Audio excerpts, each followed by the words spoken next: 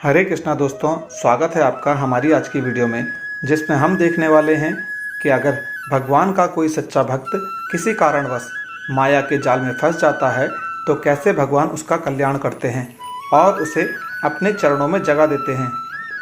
यह कथा विस्तार से श्रीमद् भगवत महापुराण में बताई गई है। वीडियो में आगे बढ़ने से पहले मेरा आप सबसे अनुरोध है, अगर आप कृष्ण भक्ति में आगे बढ़ना चाहते हैं तो इस्कॉन मैंगलोर से जुड़ सकते हैं। इस्कॉन मैंगलोर से जुड़े भक्तों की दिनचर्या के बारे में जानें। और हाँ, यहाँ आपको श्रीमद् भगवत गीता का ऑनलाइन अध्ययन भी कराया जाता है, वह भी निःशुल्क। यहाँ आप अपने प्रश्न पूछ सकते हैं, जिनका उत्तर आपको क्लास के अंत में दिया जाएगा। श्रीमद् भगवत गीता के अध्ययन के दौरान बताया जाता है कि किस तरह से भगवत गीता में बताए गए उपदेशों को हम अपने जीवन में उतार सकते हैं। श्रीमद् भगवत गीता के अध्ययन की दिन में 4 अलग अलग समय में क्लासें चलती हैं। आप अपने समय अनुसार भक्तों का संग कर सकते हैं। अब तक इस्कॉन मैंगलोर 9 लाख से अधिक लोगों को कृष्ण भक्ति से जोड़ चुका है। अब आप देरी मत कीजिए, खुद भी जुड़ें और दूसरों को भी जोड़ें, एक कदम कृष्ण भक्ति की ओर। हरे कृष्णा।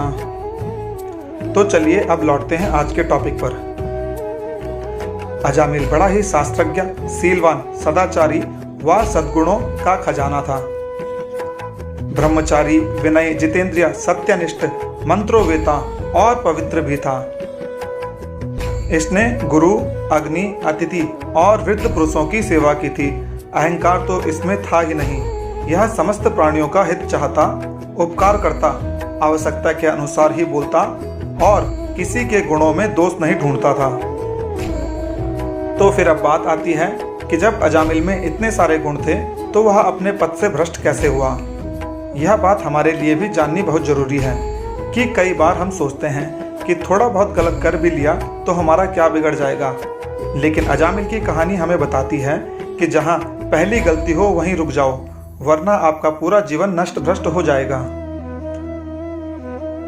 तो चलिए अब देखते हैं कैसे अजामिल का पूरा जीवन नष्ट भ्रष्ट हो गया। एक दिन वन से फल फूल समाधि व कुशाल लाते समय अजामिल ने एक कामी व निर्लज्ज भ्रष्ट शूद्र को शराब पीकर एक वैश्या के साथ विहार करते हुए देखा। वैश्या भी शराब पीकर अर्धनग्न अवस्था में मतवाली हो रही थी। अजामिल उन्हें इस अवस्था में देखकर सहसा मोहित हुआ, काम के वश हो गया। उसने अपने धैर्य व ज्ञान के अनुसार अपने काम वेग से विचलित मन को रोकने की बहुत कोशिश की, परंतु उस वैश्या को निमित्त बनाकर काम पिशाच ने अजामिल के मन को ग्रास लिया। वह मन ही मन उस वैश्या का चिंतन करने लगा और अपने धर्म से विमुख हो गया।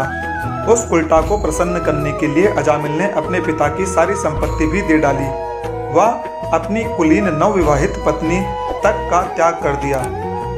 धन पाने की चेष्टा में वह पतित कभी बटोइयों को बांधकर उन्हें लूट लेता, कभी लोगों को जुए के छल से हरा देता, किसी का धन धोखाधड़ी से लूट लेता तो किसी का चुरा लेता। एक बार कुछ संत इसके गांव में आए। गांव के बाहर संतों ने कुछ लोगों से पूछा, भैया किसी ब्राह्मण का घर बताइए, हमें वहां रात गुजारनी है। इन लोगों ने संतों के साथ मजाक किया और कहा, संतों, हमारे गांव में तो एक ही श्रेष्ठ ब्राह्मण है जिसका नाम अजामिल है और इतना बड़ा भगवान का भक्त है कि वह गांव के अंदर नहीं रहता, गांव के बाहर ही रहता है। अब संत जन अजामिल के घर पहुंचे और दरवाजा खटखटाया। अजामिल ने दरवाजा खोला। जैसे ही अजामिल ने दरवाजा खोला तो संतों के दर्शन करते ही मानो आज अपने पुराने अच्छे कर्म उसे याद आ गए। संतों ने कहा, भैया आज बहुत रात हो गई है, हमारे लिए भोजन और सोने का प्रबंध कीजिए। अजामिल ने स्वादिष्ट भोजन तैयार कराया और संतों को भोजन कराया। जब अजामिल ने संतों से सोने के लिए कहा तो संत कहते हैं, भैया हम प्रतिदिन सोने से पहले कीर्तन करते हैं, यदि आपको समस्या ना हो तो हम कीर्तन कर लें। अजामिल ने कहा, आप ही का घर है महाराज, जो दिल में आए सो करो। संतों ने सुंदर कीर्तन प्रारंभ किया और उस कीर्तन में अजामिल बैठा। सारी रात कीर्तन चला और अजामिल की आंखों से खूब आंसू गिरने लगे। मानो आज आंखों से आंसू नहीं पाप धुल गए। सारी रात भगवान का नाम लिया। जब सुबह हुई, संत जन चलने लगे तो अजामिल ने कहा, महात्माओं, मुझे क्षमा कर दीजिए, मैं कोई भक्त वक्त नहीं हूँ। मैं तो एक महापापी हूँ। मैं वैश्या के साथ रहता हूँ और मुझे गांव से बाहर निकाल दिया गया है। केवल आपकी सेवा के लिए मैंने आपको भोजन करवाया, नहीं तो मुझसे बड़ा पापी कोई नहीं। संतों ने कहा, अरे अजामिल, तूने ये बात हमें कल रात क्यों नहीं बताई? हम तेरे घर में नहीं रुकते। अब तूने हमें आश्रय दिया है तो चिंता मत कर। ये बता, तेरे घर में कितने बालक हैं? अजामिल ने बता दिया कि महाराज 9 बच्चे हैं और अभी ये गर्भवती है। संतों ने कहा, अब की जो तेरी संतान होगी वो पुत्र होगा और तू उसका नाम नारायण रखना। जहां तेरा कल्याण हो जाएगा। संत जन आशीर्वाद देकर चले गए। समय बीता, उसके पुत्र हुआ, नाम रखा नारायण। अजामिल अपने नारायण पुत्र में बहुत आसक्त था।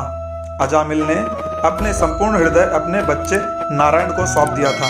हर समय अजामिल कहता था, नारायण भोजन कर लो, नारायण पानी पी लो, नारायण तुम्हारे खेलने का समय हो गया है, नारायण तुम खेलो। हर समय नारायण नारायण करता रहता था। इस प्रकार उसकी आयु का एक बहुत बड़ा भाग 88 वर्ष बीत गए और वह वैश्या के 10 पुत्रों का लालन पालन करता रहा। वृद्ध अजामिल ने पुत्र मोह में अपना संपूर्ण हृदय अपने बच्चे नारायण को सौंप दिया था। उसकी तोतली बोली सुनकर अजामिल फूला न समाता। उसे अपने साथ ही खिलाता पिलाता व उसी के मोह में बंधा रहता। वह मूढ़ इस बात को जान ही ना पाया कि काल उसके सर पर आ पहुंचा है। अजामिल की मृत्यु का समय आ पहुंचा। उसने देखा कि उसे ले जाने के लिए अत्यंत भयंकर 3 यमदूत आए हैं, जिनके हाथ में फांसी की रस्सी है, मुंह टेढ़े मेढ़े हैं और शरीर के रोए खड़े हैं। उस समय बालक नारायण वहां से कुछ दूरी पर खेल रहा था। यमदूतों की भयंकर छवि से व्याकुल अजामिल ने बहुत ऊंचे स्वर में पुकारा, नारायण नारायण। भगवान के पार्षदों ने देखा कि यह मरते समय हमारे स्वामी नारायण का नाम ले रहा है, अतः वे झटपट वहां आ पहुंचे। उस समय यमदूत अजामिल के शरीर से उसके सूक्ष्म शरीर को खींच रहे थे। चारों विष्णु दूतों ने उन्हें बलपूर्वक रोका। विष्णु दूतों ने यमदूतों से कहा, जिस समय इसने नारायण इन 4 अक्षरों का उच्चारण किया, उसी समय केवल उतने से ही इस पापी के समस्त पापों का प्रायश्चित हो गया। भगवान के नामों के उच्चारण से मनुष्य की बुद्धि भगवान के गुण, लीला और स्वरूप में रम जाती है और स्वयं भगवान की इनके प्रति आत्मीय बुद्धि हो जाती है। तुम लोग अजामिल को मत ले जाओ, इसने सारे पापों का प्रायश्चित कर लिया है, क्योंकि इसने मरते समय भगवान के नामों का उच्चारण किया है। इस प्रकार भगवान ने अपने भक्त का उद्धार किया। अजामिल के उद्धार की यह कहानी जानकर आपको कैसा लगा, कमेंट बॉक्स पर कमेंट करके जरूर बताएं। और अगर आप यह स्टोरी हमारे फेसबुक पेज पर देख रहे हैं तो हमारे पेज को फॉलो करना ना भूलें। और अगर यह स्टोरी आप हमारे यूट्यूब चैनल पर देख रहे हैं तो हमारे यूट्यूब चैनल को सब्सक्राइब कर दें। और हाँ, घंटी वाला बटन दबाना ना भूलें, ताकि इसी तरह की हमारी सारी लेटेस्ट वीडियो आप सब तक पहुँच सके। इस वीडियो में इतना ही। मिलते हैं एक नई वीडियो में एक और नई रोचक कहानी के साथ। हरे कृष्णा।